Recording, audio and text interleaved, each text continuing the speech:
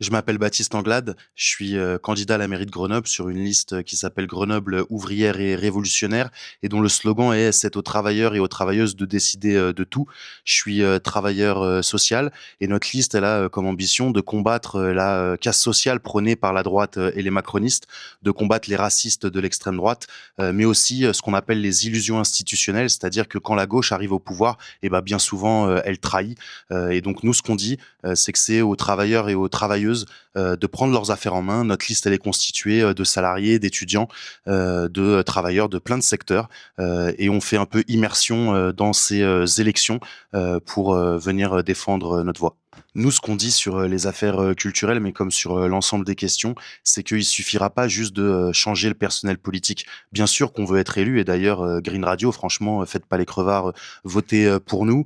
Mais quand on voit ce qu'elle a fait la gauche au pouvoir, soi-disant la mairie la plus à gauche de France, avec Éric Piolle, mais en fait aussi ses héritiers politiques, c'est-à-dire Madame Ruffin et d'une certaine manière Monsieur Brunon de la France insoumise, et ben ce qu'ils ont fait, c'est d'abord un plan de sauvegarde des services publics, c'est-à-dire la fermeture de bibliothèques dans les quartiers, des baisses de budget, en fait une austérité organisée, mais c'est aussi des projets culturels comme le Minimistan qui pour nous est le bingo de tout ce qu'il faut pas faire. Tu prends des bâtiments publics, tu fais un appel à projet. Qui est-ce qui gagne cet appel à projet? Bah c'est pas les assos de quartier, non, c'est des entrepreneurs, des riches en fait, et des patrons.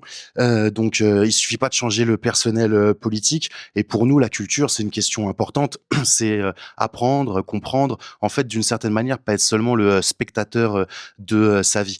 Pour nous, il n'y a pas d'un côté le savoir manuel et de l'autre le savoir intellectuel. Il n'y a pas d'un côté la culture, enfin, il y a d'un côté d'une certaine manière la culture de l'élite et la culture populaire dans un contexte général qui est celui de l'austérité. Je crois qu'on fête le 30e 49-3. Donc voilà, des macronistes qui passent en force avec une politique au service des plus riches et qui écrasent la tête de la majorité de la population. Et donc parler de culture, c'est le prendre dans ce contexte un peu général, et c'est aussi parler bon de ce que nous on appelle la marchandisation, la privatisation. En fait, une industrie culturelle, les plus gros qui écrasent toujours les plus petits. Donc notre politique culturelle, ce sera, enfin ce qu'on défend, c'est quelque chose d'ensemble. On nous dit souvent ah il y a pas d'argent, il y a pas d'argent pour les services publics, il y a pas d'argent pour l'accès aux droits. Nous on n'a pas de baguette magique, mais ce qu'on sait, c'est qu'il y a de l'argent dans cette société. On aime dans cette campagne humaniser les milliardaires. Alors on veut vous parler d'une dame qui s'appelle Madame Sophie Sidos, c'est la présidente du MEDEF, et en fait elle est milliardaire, sa famille, ils ont 1 ou 2 milliards, donc je sais pas ce que vous avez dans les poches et sur le compte en banque, mais en tout cas il y aurait de l'argent à aller chercher de ce côté-là. En fait, il faut commencer par écouter les salariés de la culture, les petites mains qui font tout tourner et dont les conditions de travail aussi sont précaires.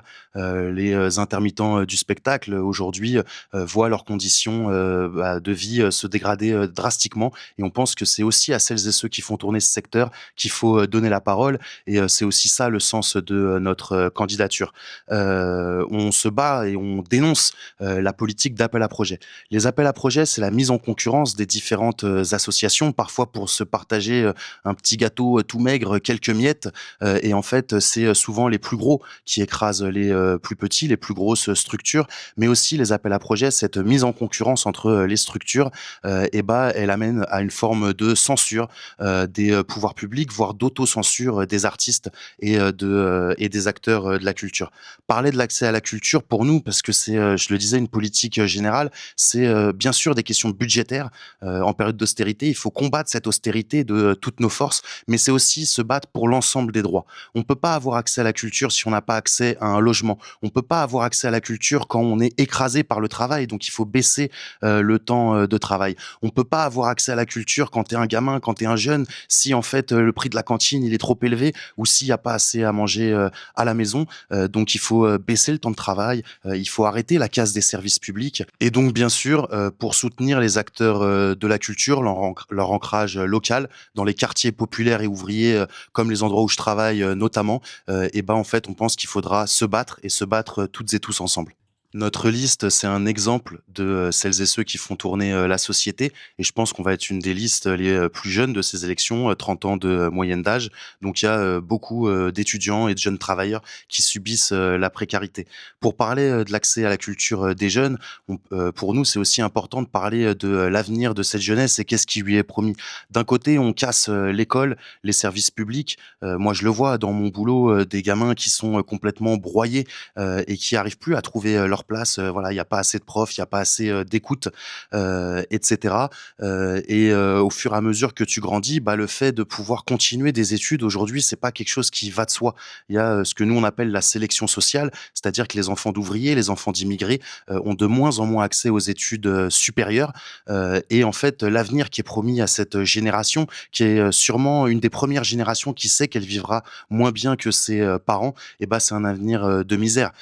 C'est le contrat engagement jeune, à peine 500 € par mois quand tu peux pas, continuer, des études. Mais c'est aussi, ce que le MEDEF remet, sur la table, le CDI jeune, avec en fait un salaire inférieur au SMIC et la possibilité d'être, licencié, à tout moment. Et en fait, le seul budget, qui, augmente de manière très importante, c'est celui, de l'armée, le retour du service, militaire. Donc d'un côté, tu casses, l'accès aux droits, tu casses l'école, tu casses l'accès à l'université et de l'autre les budgets de l'armée qui explosent et où on te dit bah viens en fait mourir pour les marchands de canons.